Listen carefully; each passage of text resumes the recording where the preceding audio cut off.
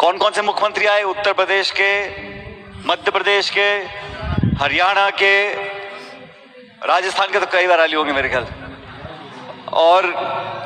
और योगी जी, मोदी जी, राजनाथ सिंह जी, फलाने जी, ढिकाने जी। तो मैंने कहा, मुरारी जी कहते मीटिंग पहले कर लो। मैंने कहा नहीं, अभी चुनाव में 1-2 दिन रहने दो। और इतने सब नेता आ रहे हैं बीजेपी के, मैंने कोई बड़ी बात नहीं है। और प्रियंका जी का समय लिया था 15 तारीख का, तो मैं जो हर जगह जो बात बोलता हूँ आज बोल रहा हूँ। इतने नेता भाजपा के आ गए, आज प्रियंका जी यहाँ भाषण देंगी बांदीकुई में, दौसा में, तो 100 सुनार की 1 लोहार की। तो सब जितने भाषण दे गए सब बराबर हो जाएंगे। और यहाँ हमारे जिले के बहुत नेता हैं जो भाजपा से जीत कर गए हैं, वो गांव गांव डोल रहे हैं।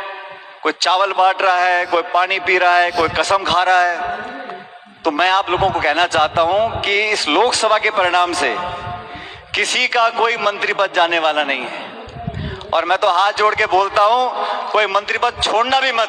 बहुत मुश्किल से मंत्री बने हैं, बने रहना चाहिए। लेकिन ये चुनाव बहुत महत्वपूर्ण है साथियों। और बीजेपी की सरकार बनी राजस्थान में, हम लोग कामयाब नहीं हो सके। बहुत कम अंतर से कांग्रेस भाजपा का अंतर 1.5-2% का था। हम अच्छे विधायक जीत कर आए, 70-72 विधायक। लेकिन अब पूरे देश में जहां जहां भाजपा और कांग्रेस की टक्कर है, मैं कई जिलों में गया हूं, मैं जोधपुर, बाड़मेर, जयपुर, अलवर, माधोपुर, दौसा, हर जगह लोग बदलाव चाहते हैं। और दौसा के लोग, यहाँ मैं प्रियंका जी को बता रहा था, मेरा पहला चुनाव मैं लड़ा था 2004 में, 20 साल पहले। और आप लोगों ने 1.25 लाख वोट का अंतर देकर यहाँ से जिताया था। और उस बात का एहसान आज भी मेरे कंधों पर है। और इन 20 सालों में मैं अजमेर से भी सांसद रहा, अभी टोंक से विधायक हूँ। लेकिन दौसा के लोगों के ऊपर, बांदीकुई के लोगों के ऊपर मेरा एक विशेष अधिकार मैं मानता हूँ। आप लोगों ने मुश्किल समय में मेरा साथ दिया, हमारे परिवार का साथ दिया, पार्टी का साथ दिया।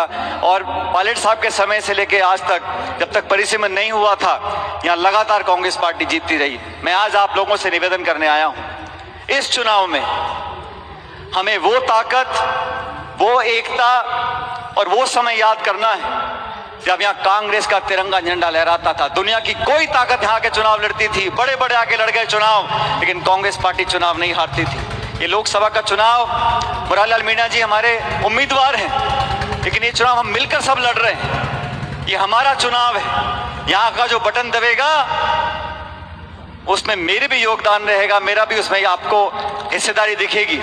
इसलिए मेरा तो आपसे यही कहना है, अभी चुनाव में 2-3 दिन बचे, हो सकता है 2 दिन में और भी कोई नेता आ जाए भाषण देने के लिए।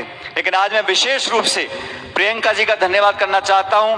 आज शायद संभवतः पहली बार वो बांदीकुई आई हैं, दौसा आई हैं। एक बार जोरदार तालियां से प्रियंका जी का स्वागत करें। और ये वो तालियां नहीं, ताली बजाते रहो, ये जीत की ताली है। मुरारी लाल मीणा जी को संसद में भेजना है दिल्ली में। और मैं दौसा में कह रहा था, आज सविता जी नहीं है। मैंने कहा सविता जी आपके लिए बहुत शुभ है, पहले वो चुनाव लड़ती हैं, कामयाब नहीं होती, फिर मुरारी चुनाव लड़ते हैं, चुनाव जीत जाते हैं। प्रियंका जी, सविता जी चुनाव लड़ी बांदीकुई से, नहीं जीत पाई, फिर मुरारी जी लड़े, विधायक बन गए।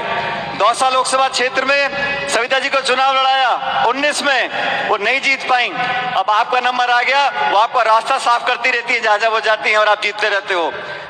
तो आपको पूरी शुभकामनाएं हम सब लोगों की हैं। लेकिन आप मेरा एक बात ध्यान रखना, अभी यहाँ बहुत सारे नेता गांव गांव डोलेंगे। मैं भी पूरे प्रदेश में घूम रहा हूँ, हर जगह कांग्रेस मजबूत स्थिति में है, लेकिन सबकी नजर टिकी हुई है इस दौसा लोकसभा क्षेत्र पे। और मेरी बात ध्यान से सुनना, आने वाले समय की राजनीति में, आने वाले समय की राजनीति में अगर हम सब लोग अपनी भागीदारी चाहते हैं, अपना डंडा गाड़ना चाहते हैं, तो दौसा लोकसभा क्षेत्र से कांग्रेस को जिताना होगा, जिताना होगा, जिताना होगा। और ताली बजा के नहीं जीतेंगे, बटन दबाना पड़ेगा। उस दिन सावे है, माना है, भात है, मई के गई, ससुराल गई, वोट डालने भूल गए।